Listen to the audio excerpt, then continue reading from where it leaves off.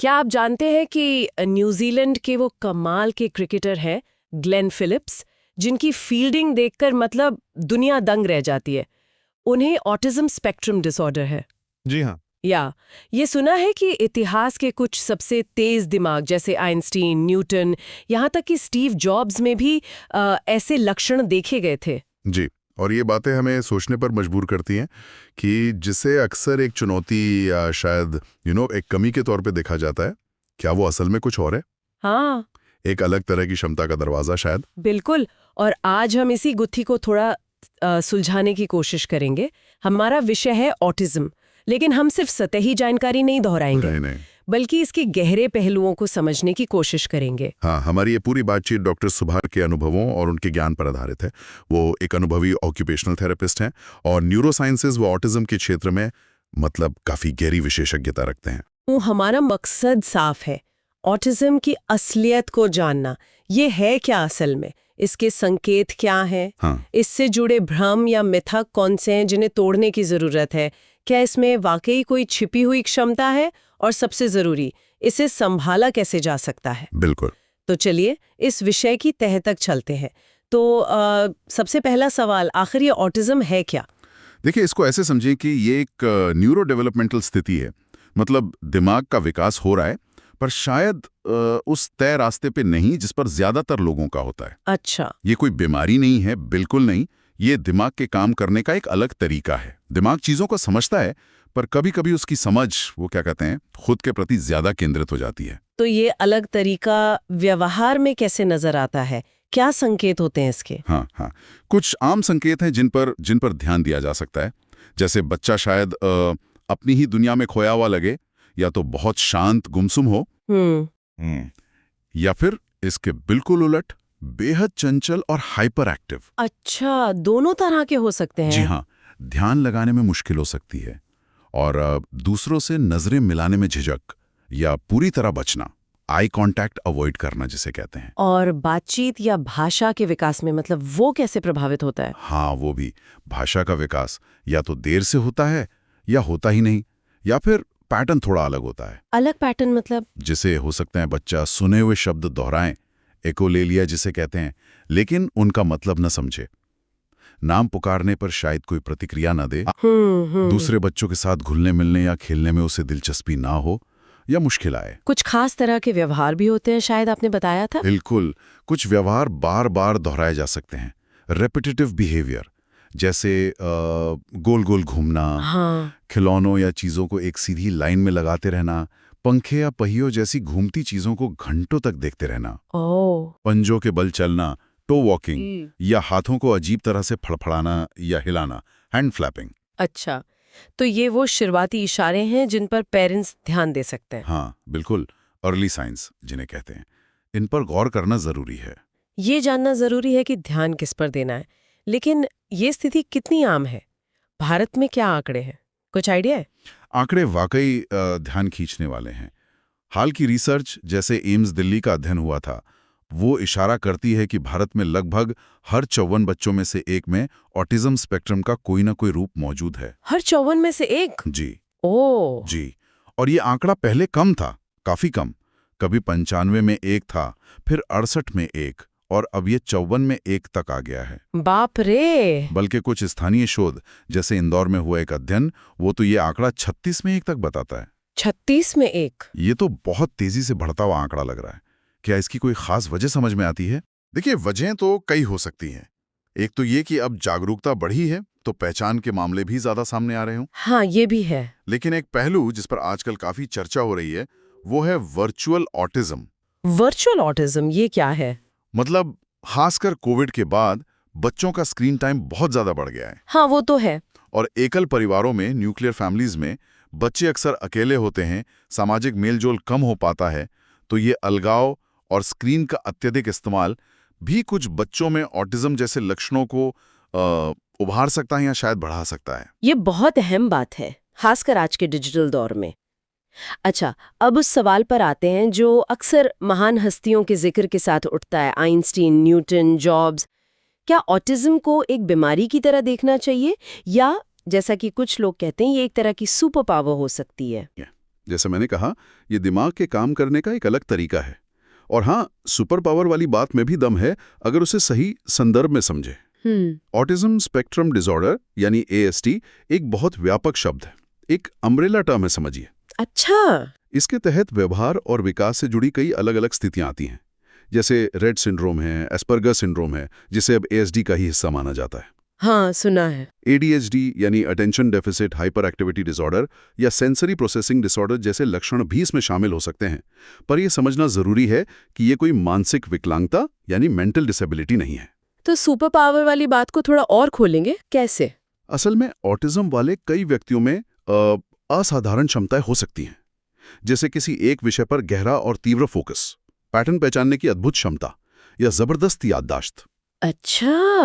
अगर उनकी इस ऊर्जा और फोकस को सही दिशा मिल जाए तो वो कमाल कर सकते हैं। हाँ। ग्लेन फिलिप्स का उदाहरण ले जो आपने शुरू में दिया। हाँ। क्रिकेट फील्ड पर उनका वो अविश्वसनीय फोकस और बिजली सी फुर्ती, क्या ये उनके अलग न्यूरोलॉजिकल मेकअप का नतीजा हो सकता है? ये सोचने वाली बात है। मतलब उनकी ऊर्जा सही जगह लग रही है। यानी क्षमताएं तो है, लेकिन समाज उन्हें कैसे देखता है, ये एक बड़ा सवाल है।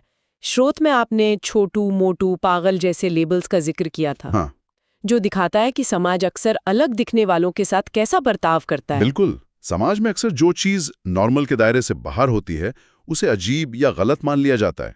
शारीरिक समस्या पर शायद सहानुभूति मिल जाए। हाँ। पर व्यवहार या मानसिक स्थिति में अंतर होने पर लोग अक्सर दूरी बना लेते हैं, मजाक उड़ाते हैं या उसे एक दाग, एक स्टिग्मा की तरह देखते हैं। जबकि जरूरत है नजरिए को बदलने की, उस क्षमता को पहचानने की जो शायद अलग तरीके से प्रकट हो रही हो। आपने ASD को एक स्पेक्ट्रम बताया, क्या इसमें गंभीरता के अलग अलग स्तर भी होते हैं? हाँ, बिल्कुल।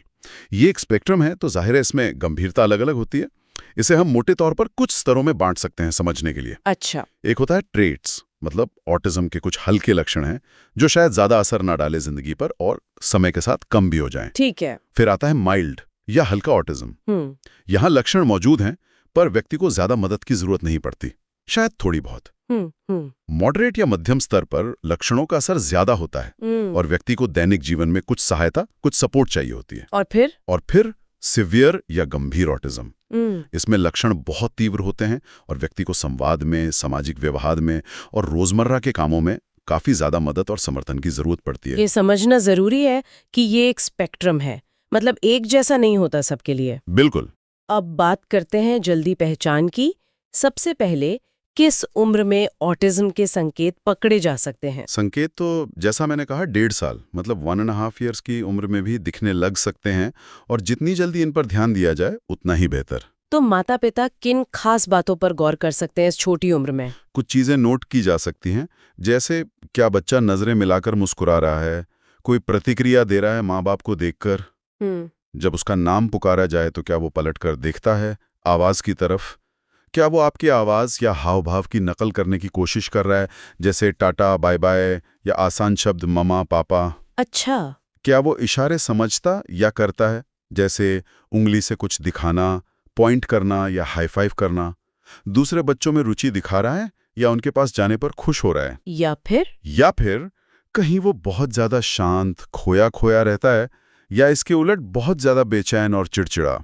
ये कुछ शुरुआती रेड फ्लैग्स हो सकते हैं। अच्छा, तो अगर ये संकेत मिलें तो माता पिता या परिवार को क्या करना चाहिए? उनकी क्या भूमिका है इसमें? सबसे अहम कदम बिना देरी किए किसी विशेषज्ञ से मिलें।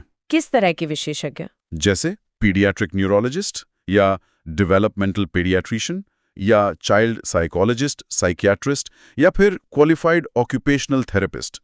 इनसे सलाह लेना बहुत जरूरी है। अक्सर लोग सोचते हैं अरे थोड़ा इंतजार करते हैं शायद ठीक हो जाए, या हमारे फलां रिश्तेदार का बच्चा भी तो देर से बोला था। ये टालम टोल, ये बहुत भारी पड़ सकती है। इंतजार करना ठीक क्यों नहीं है? क्या जल्दी पता चलने से फर्क पड़ता है? बहुत ज्यादा फर्क पड़ता है, क्योंकि जीवन के शुरुआती साल, खासकर 1 से 3 साल की उम्र, दिमाग के विकास के लिए बेहद नाजुक और महत्वपूर्ण होते हैं। इसे क्रूशियल विंडो कहते हैं। Crucial window? जी। इस दौरान अगर सही मार्गदर्शन और थेरेपी मिल जाए तो सुधार की गुंजाइश बहुत ज्यादा होती है। दिमाग बहुत तेजी से सीख रहा होता है। इंतजार करने का मतलब है ये कीमती समय गंवाना। डॉक्टर से मिलने में हिचकिचाना नहीं चाहिए। उनका काम डराना नहीं, मदद करना है। क्या कुछ ऐसी बातें हैं जो गर्भावस्था या जन्म के समय ऑटिज्म का खतरा बढ़ा सकती हैं? रिस्क फैक्टर्स जिन्हें कहते हैं। हाँ, कुछ जोखिम कारक रिस्क फैक्टर्स पहचाने गए हैं, जैसे गर्भावस्था के दौरान माँ का बहुत ज्यादा तनाव में रहना, धूम्रपान या शराब का सेवन, जन्म के समय की कुछ जटिलताएं कॉम्प्लिकेशंस, जैसे बच्चे का देर से रोना, जन्म के वक्त वजन बहुत कम होना, समय से पहले जन्म यानी प्रीमैच्योरिटी, या ठीक से स्तनपान ना कर पाना, ब्रेस्ट फीडिंग में दिक्कत। अच्छा। कुछ स्टडीज IVF जैसे फर्टिलिटी ट्रीटमेंट से भी हल्का संबंध देखती हैं, हालांकि ये पुख्ता तौर पर साबित नहीं हुआ है अभी तक। और जन्म के बाद के कारक, क्या जन्म के बाद भी कुछ हो सकता है? हाँ, जन्म के बाद अगर गंभीर पीलिया, जॉन्डिस हो जाए जो दिमाग तक पहुंच जाए, बहुत ज्यादा स्क्रीन टाइम, खासकर 2 साल से कम उम्र में, जो वो वर्चुअल ऑटिज्म से जुड़ा है। हाँ, वो आपने बताया था। टीबी जैसी कोई गंभीर बीमारी हो जाए बच्चे को, या तेज बुखार के साथ दौरे पड़ना, फिट्स आना, मिर्गी, ये सब भी जोखिम बढ़ा सकते हैं। और एक बात, कामकाजी महिलाओं में तनाव का स्तर भी एक फैक्टर हो सकता है जो गर्भावस्था पर असर डाल सकता है। एक आंकड़ा था कि करीब 72% कामकाजी महिलाएं तनाव महसूस करती हैं। ओह, क्या गर्भावस्था से पहले कोई टेस्ट है जिससे ऑटिज्म के जोखिम का अंदाजा लग सके? देखिए, ऑटिज्म के लिए कोई एक निश्चित प्री प्रेगनेंसी टेस्ट नहीं है। हाँ, अगर परिवार में इसकी हिस्ट्री है तो डॉक्टर जेनेटिक काउंसलिंग और कुछ खास जेनेटिक टेस्ट जैसे क्रोमोसोमल माइक्रोएरे इनकी सलाह दे सकते हैं। लेकिन ये सिर्फ जोखिम बताते हैं, कोई गारंटी नहीं देते, और ये टेस्ट काफी महंगे भी होते हैं। ज्यादा जरूरी है उन चीजों पर ध्यान देना जिन्हें कंट्रोल किया जा सकता है, जैसे प्रेगनेंसी में तनाव कम रखना, नशा न करना, अपनी सेहत का ध्यान रखना, ये ज्यादा महत्वपूर्ण है। और जन्म के बाद क्या कोई मेडिकल टेस्ट है जिससे पता चले? नहीं, जन्म के बाद भी कोई खून या स्कैन टेस्ट नहीं है जो सीधे सीधे बता दे कि ऑटिज्म है। पहचान पूरी तरह बच्चे के व्यवहार, उसके विकास के पैटर्न और सामाजिक संवाद के तरीके को देखकर ही होती है। अच्छा। इसके लिए डॉक्टर MChat जैसे स्क्रीनिंग टूल्स का इस्तेमाल कर सकते हैं। ये एक तरह की प्रश्नावली होती है पेरेंट्स के लिए, लेकिन असल चीज़ है बच्चे का बारीकी से अवलोकन, वो कैसे इंटरैक्ट कर रहा है, कैसे खेल रहा है। और जैसा मैंने पहले कहा, स्क्रीन टाइम को नियंत्रित रखना जन्म के बाद भी बहुत जरूरी है, वर्चुअल ऑटिज्म से बचने के लिए। चलिए, अब कुछ आम गलतफहमियों पर आते हैं। ऑटिज्म को लेकर समाज में कई मिथक फैले हुए हैं। सबसे आम कौन सा है आपके हिसाब से? मेरे ख्याल से सबसे दुखद और गलत मिथक है इसे किसी भूत प्रेत, नजर लगने या काले जादू से जोड़ना। हाँ, ये तो गांव में शायद ज्यादा होता होगा। शहरों में भी होता है। ये सरासर अंधविश्वास है। ऑटिज्म दिमाग के विकास और काम करने के तरीके से जुड़ी एक स्थिति है। इसका किसी बाहरी या अलौकिक शक्ति से कोई लेना देना नहीं है। और कौन से मिथक सुनने में आते हैं? एक ये कि अगर पहला बच्चा ऑटिस्टिक है तो दूसरा भी होगा ही होगा। अच्छा, ये सच नहीं है। नहीं, ये जरूरी नहीं है। हाँ, जो जोखिम थोड़ा बढ़ सकता है जेनेटिक फैक्टर्स की वजह से, पर ये कोई गारंटी बिल्कुल नहीं है। दूसरा कि ऑटिस्टिक लोग भावनाएं महसूस नहीं करते या समझ नहीं पाते। हाँ, ये धारणा काफी आम है कि वो इमोशनलेस होते हैं, जबकि सच्चाई इसके बिल्कुल उलट हो सकती है। कई ऑटिस्टिक व्यक्ति बहुत ज्यादा संवेदनशील होते हैं, हाइपर सेंसिटिव। ज्यादा संवेदनशील मतलब उनकी इंद्रियां, उनके सेंसेस शायद दुनिया को ज्यादा तीव्रता से महसूस करते हो। साधारण रोशनी भी आंखों में चुभ सकती है, हल्की आवाज भी कान में शोर लग सकती है, कपड़े का टैग या टेक्सचर भी असहनीय हो सकता है। ओह, अच्छा। तो जब इंद्रियां इतनी ओवरलोड हों तो भावनाओं को समझना और उन्हें सामाजिक रूप से सही तरीके से व्यक्त करना बहुत मुश्किल हो जाता है। वे महसूस करते हैं, शायद हमसे ज्यादा गहराई से महसूस करते हैं, पर उसे व्यक्त करने का तरीका अलग होता है। ये बिल्कुल अलग नजरिया है सोचने का। और वैक्सीनेशन और ऑटिज्म का लिंक, इस पर तो बहुत विवाद रहा है। हाँ, रहा है, लेकिन ये एक और बड़ा मिथक है जिसे वैज्ञानिक तौर पर पूरी तरह खारिज किया जा चुका है। हजारों स्टडीज हो चुकी हैं, टीकों और ऑटिज्म के बीच कोई संबंध नहीं पाया गया है। तो ये सिर्फ अफवाह है? बिल्कुल। टीके बच्चों को गंभीर बीमारियों से बचाते हैं और बहुत जरूरी हैं, खासकर उन बच्चों के लिए जिनकी इम्यूनिटी थोड़ी कमजोर हो सकती है, उनमें तो और भी जरूरी है। और वो सबसे बड़ा सवाल, क्या ये लाइलाज है? आपने स्रोत में कहा था कि आप इस बात से बिल्कुल सहमत नहीं हैं। बिल्कुल सहमत नहीं हूं। ये कहना कि ऑटिज्म लाइलाज है शायद सबसे नुकसानदेह मिथक है। मेरा अनुभव और मेरा विश्वास है ऑटिज्म ठीक होता है। ठीक होता है? हाँ, अब यहाँ ठीक होने का मतलब शायद नॉर्मल बनना नहीं है, क्योंकि नॉर्मल क्या है ये भी बहस का मुद्दा है। सही बात है। ठीक होने का मतलब है अपनी पूरी क्षमता तक पहुंचना, आत्मनिर्भर बनना, समाज में घुलना मिलना, खुश रहना। और ये पूरी तरह निर्भर करता है कि कितनी जल्दी पहचान हुई, कितना सही और लगातार समर्थन मिला और परिवार व बच्चे का नजरिया कैसा है। अगर हम पहले ही हार मान लेंगे कि ये लाइलाज है तो जीत कैसे मिलेगी? नजरिया बहुत जरूरी है। अच्छा, जेनेटिक्स की भूमिका पर भी सवाल उठते हैं। क्या ये माता पिता से विरासत में मिलता है, जैसे आंखों का रंग? नहीं, ये आंखों के रंग की तरह सीधा वंशानुगत नहीं है कि माँ बाप को है तो बच्चे को होगा ही। लेकिन हाँ, जेनेटिक्स की भूमिका हो सकती है। इसे जेनेटिक लोड या प्रीडिस्पोजिशन कह सकते हैं। Genetic load? हाँ, मतलब कुछ जीन्स में बदलाव या म्यूटेशन व्यक्ति को ऑटिज्म के प्रति ज्यादा संवेदनशील बना सकते हैं। ये वैसा ही है जैसे कुछ लोगों में कैंसर का जेनेटिक रिस्क ज्यादा होता है, पर जरूरी नहीं कि उन्हें कैंसर हो ही। अच्छा। तो ये रिस्क फैक्टर है, पर गारंटी नहीं है कि ये अगली पीढ़ी में जाएगा ही। और यहाँ फिर आइंस्टीन, न्यूटन, ग्लेन फिलिप्स जैसे उदाहरण याद आते हैं।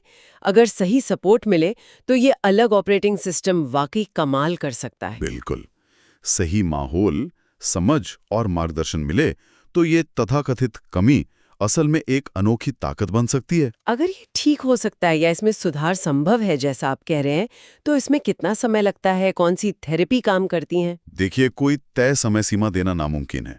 ये बच्चे की स्थिति की गंभीरता पर निर्भर करता है, किस उम्र में थेरेपी शुरू हुई, थेरेपी कितनी नियमित और सही तरीके से हो रही है, इन सब बातों पर। मैंने जुड़वा बच्चों को देखा है जहां एक की थेरेपी हुई, दूसरा सिर्फ ऑब्जर्वेशन में रहा और दोनों ठीक हो गए। वहीं एक बच्चा था जिस पर 5 साल लगातार काम करना पड़ा, तब जाकर वो मेन स्ट्रीम स्कूल जाने लगा। कुछ बच्चे सालों तक थेरेपी लेते हैं और धीरे धीरे सुधार दिखाते हैं। तो मतलब हर केस अलग है? बिल्कुल, कोई फिक्स टाइमलाइन नहीं है। तो सफलता की कुंजी क्या है फिर? सबसे जरूरी है सकारात्मक सोच, माता पिता का पूरा समर्पण और सहयोग, और थेरेपी में नियमितता, रेगुलरिटी। मैंने देखा है कि महू जैसी दूर जगह से आने वाले माता पिता जो हर अपॉइंटमेंट पर नियमित थे, उनके बच्चों में ज्यादा तेजी से सुधार हुआ, बजाय उनके जो पास ही रहते थे पर कभी आए कभी नहीं आए। कंसिस्टेंसी इज की। और मुख्य थेरेपी कौन सी होती है? आपने ऑक्यूपेशनल थेरेपी का जिक्र किया था। हाँ, 2 मुख्य स्तंभ हैं, ऑक्यूपेशनल थेरेपी यानी ओटी और स्पीच थेरेपी। ओटी का फोकस होता है सेंसरी इंटीग्रेशन पर। Sensory integration? हाँ, मतलब दिमाग को इंद्रियों से मिलने वाली जानकारी को बेहतर ढंग से प्रोसेस करने में मदद करना। हमारी 5 इंद्रियां तो सब जानते हैं, पर और भी हैं, वेस्टिबुलर, संतुलन, प्रोप्रोसेप्शन, शरीर की स्थिति का ज्ञान, और इंटरोसेप्शन, आंतरिक एहसास। ओटी इन सब को संभालने में मदद करती है। अच्छा, इसमें होता क्या है? इसमें खेल आधारित गतिविधियां होती हैं, सेंसरी डाइट होती है, व्यवहार को दिशा देना, बिहेवियर मॉडिफिकेशन शामिल होता है। सब एक मजेदार सकारात्मक माहौल में, खिलौने, झूले, बॉल पिट, अलग अलग टेक्सचर। और स्पीच थेरेपी? स्पीच थेरेपी का काम सिर्फ बोलना सिखाना नहीं है, बल्कि कम्युनिकेशन के हर पहलू पर काम करना है। समझना, व्यक्त करना, इशारे, चेहरे के भाव। इसमें क्या करते हैं?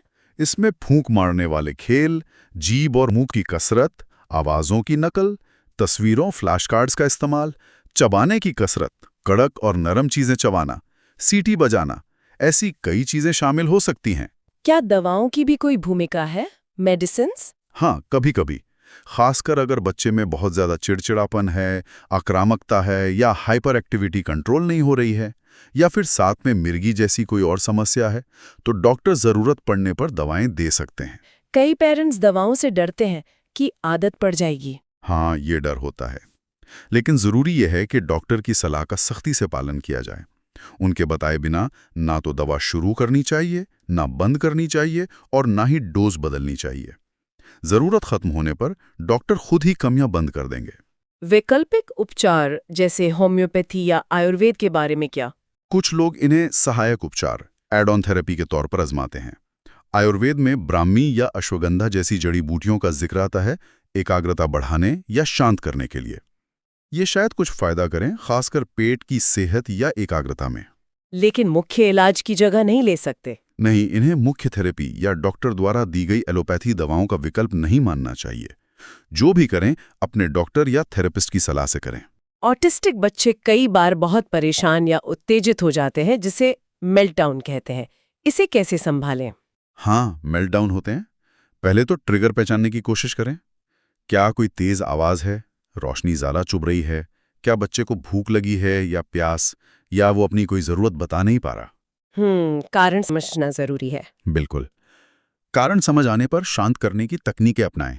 जैसे कि क्या कर सकते हैं उस वक्त? हल्के दबाव वाली मसाज दे सकते हैं, डीप प्रेशर मसाज। कुछ खास तरह का शांत करने वाला संगीत सुना सकते हैं, जैसे 440 हर्ट्ज ऑडिटरी म्यूजिक। शोर कम करने के लिए हेडफोन दे सकते हैं। कमरे की रोशनी धीमी या वार्म कर सकते हैं। नीली रोशनी अक्सर शांत करती है। और कुछ? उसे अलग अलग टेक्सचर वाली चीज़ों से खेलने या छूने को दे सकते हैं, जैसे आटा, प्ले डो, पानी, रेत, शेविंग फोम, एलोवेरा जेल। या अरोमा थेरेपी का इस्तेमाल कर सकते हैं, कुछ खास तेलों से मालिश। हर बच्चे के लिए अलग तकनीक काम कर सकती है, तो पेरेंट्स को ये समझना होता है कि उनके बच्चे को क्या शांत करता है। ये बहुत उपयोगी जानकारी है। अब सबसे बड़ा सवाल, क्या ऑटिज्म वाले व्यक्ति एक सामान्य भरपूर जीवन जी सकते हैं? बिल्कुल जी सकते हैं, 100%। जरूरत समाज का नजरिया बदलने की है। मजाक उड़ाना, अलग थलग करना या उन पे सिर्फ दया करना बंद करना होगा। उन्हें चाहिए स्वीकृति, समझ और सही मौके। क्या समाज में इस दिशा में कुछ बदलाव आ रहा है, आपको लगता है? हाँ, धीरे धीरे ही सही पर आ रहा है। जैसे बैंगलोर एयरपोर्ट पर सेंसरी रूम बनना एक बहुत अच्छा कदम है। हाँ, मैंने पढ़ा था उसके बारे में। स्कूलों में भी जागरूकता बढ़ी है, स्पेशल एजुकेटर रखे जा रहे हैं, सरकार नीतियां बना रही है, लेकिन अभी लंबा रास्ता तय करना है। परिवार तो अक्सर बच्चे को स्वीकार कर लेता है, पर समाज को अभी बहुत कुछ सीखना बाकी है। हमारी ये बातचीत भी उसी कोशिश का एक छोटा सा हिस्सा है। और करियर के तौर पे क्या संभावनाएं हैं? अगर उन्हें सही सपोर्ट और ट्रेनिंग मिले तो वो किसी भी क्षेत्र में कामयाब हो सकते हैं। टेक्नोलॉजी, रिसर्च, आंकड़ों का विश्लेषण, आर्ट, संगीत, खेल। उनकी जो फोकस करने की क्षमता होती है वो उन्हें कई प्रोफेशन में बहुत सफल बना सकती है। बैंकर्स, वैज्ञानिक, शोधकर्ता, कलाकार, एथलीट कुछ भी बन सकते हैं। स्कूल भेजने के बारे में क्या सलाह है? नॉर्मल स्कूल या स्पेशल स्कूल? देखिए, सामाजिक कौशल सीखने के लिए, सोशल इंटरेक्शन के लिए सामान्य स्कूल यानी मेन स्ट्रीम स्कूल में भेजना ही बेहतर है। किस उम्र से? लगभग 4-5 साल की उम्र से शुरू कर सकते हैं। शिक्षकों से खुलकर बात करें, उन्हें बच्चे की जरूरतों के बारे में बताएं। आजकल शिक्षक भी काफी जागरूक हो रहे हैं एएसडी को लेकर।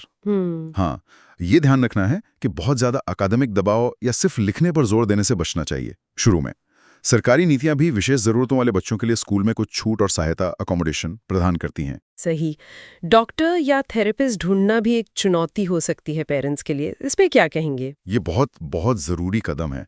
और हाँ, ये एक चुनौती है। माता पिता को थोड़ा सजग रहना होगा, जागरूक उपभोक्ता बनना होगा। मतलब किसी भी थेरेपिस्ट के पास जाने से पहले उनकी क्वालिफिकेशन जरूर जांचें। उनकी डिग्री क्या है, क्या वो रजिस्टर्ड है अपनी प्रोफेशनल बॉडी से, उनका अनुभव कितना है। अगर किसी अस्पताल से जुड़े हैं तो वो वेरीफाई करें। सिर्फ विज्ञापनों या किसी के कहने पर आंख बंद करके न जाएं। हाँ, ये जरूरी है। बहुत सारे झोला छाप थेरेपिस्ट भी हैं बाजार में। क्वालिफाइड ऑक्यूपेशनल थेरेपिस्ट बनने के लिए, उदाहरण के लिए, 4.5 साल की गहन मेडिकल पढ़ाई और इंटर्नशिप लगती है। ये जानना आपका हक है। कभी कभी बच्चे में सुधार न होने का कारण गलत थेरेपी या गलत थेरेपिस्ट भी हो सकता है। इन बच्चों को आत्मनिर्भर बनाने के लिए, इंडिपेंडेंट बनाने के लिए क्या सबसे जरूरी है? कई चीजें हैं, सब मिलकर काम करती हैं। सबसे पहले तो जल्दी पहचान और सही थेरेपी की शुरुआत, फिर माता पिता का अटूट विश्वास और स्वीकृति, समाज और परिवार का खुलापन ताकि बच्चा छिपा हुआ या अलग थलग महसूस ना करे। बार बार डॉक्टर या थेरेपिस्ट बदलने से बचना, जिसे डॉक्टर शॉपिंग कहते हैं। थेरेपी में निरंतरता, बच्चे की रुचि, उसकी हॉबी को पहचान कर उसे बढ़ावा देना, और आखिरकार उसकी ऊर्जा और क्षमताओं को किसी हुनर या काम में लगाना जिससे वो आत्मनिर्भर बन सके। और अगर किसी वजह से इलाज या थेरेपी ना मिले तो क्या होता है? तो बहुत मुमकिन है कि बच्चे का विकास वहीं रुक जाए जहां वो 3-4 साल की उम्र में था। वो शायद कभी आत्मनिर्भर न बन पाए, हमेशा दूसरों पर निर्भर रहे। यही स्थिति फिर उस लाइलाज वाले मिथक को बल देती है। लोग कहते हैं, देखो कुछ नहीं हुआ, जबकि हुआ इसलिए नहीं क्योंकि सही समय पर सही मदद नहीं मिली। इसीलिए जल्दी पहचान और हस्तक्षेप इतना ज्यादा महत्वपूर्ण है। एक आखिरी सवाल मेरे मन में है, क्या वयस्कों में भी ऑटिज्म हो सकता है? मतलब क्या ये बाद में जिंदगी में डेवलप हो सकता है? नहीं, ऑटिज्म एक न्यूरो डेवलपमेंटल स्थिति है। मतलब ये दिमाग के विकास से जुड़ी है और इसकी नींव बचपन में ही, खासकर 0 से 3 साल के बीच पड़ जाती है। ये वयस्क होने पर अचानक से डेवलप नहीं होता। अच्छा। हाँ, ऐसा हो सकता है कि बचपन में पहचान न हुई हो, लक्षण हल्के रहे हों और वयस्क होने पर पता चले या निदान हो। व्यक्तित्व के कुछ लक्षण या सेंसरी संवेदनशीलताएं, जैसे खास तरह के कपड़े ही पहनना या आवाज़ों से परेशानी, वो बनी रह सकती हैं, लेकिन वयस्क लोग अक्सर उन्हें संभालने या उनके साथ जीने के तरीके बेहतर तरीके से सीख जाते हैं, कोपिंग मैकेनिज्म डेवलप कर लेते हैं। तो इस पूरी बातचीत का निचोड़ जो मुझे समझ आया वो ये है कि ऑटिज्म को एक कंप्यूटर का हार्डवेयर फॉल्ट नहीं है, बल्कि एक अलग ऑपरेटिंग सिस्टम है। जैसे विंडोज़ और मैक ओएस होते हैं, दोनों अलग हैं पर अपने अपने तरीके से शक्तिशाली हैं। बिल्कुल सही उपमा दी आपने, बिल्कुल यही बात है। इसे समझने की जरूरत है, डरने या छिपाने की नहीं। जल्दी मदद, सही मार्गदर्शन, परिवार और समाज का साथ मिले तो ये अलग ऑपरेटिंग सिस्टम भी अपनी पूरी क्षमता दिखा सकता है। समाज से हमें बस एक ही चीज चाहिए, सपोर्ट, स्वीकृति। अगर परिवार, थेरेपिस्ट, स्कूल सब मिलकर काम करें तो 1 और 1 11 बनकर किसी भी चुनौती का सामना किया जा सकता है। टीम वर्क बहुत जरूरी है। तो अगली बार जब हम किसी ऑटिस्टिक बच्चे या व्यक्ति से मिले तो शायद ये सोचने के बजाय कि इन्हें हमारी मदद चाहिए या बेचाजे, ये सोचना ज्यादा जरूरी हो कि हम उनकी दुनिया, उनके नजरिए, उनके इस अलग ऑपरेटिंग सिस्टम को कितना समझ पा रहे हैं। क्या हम सीखने के लिए तैयार हैं?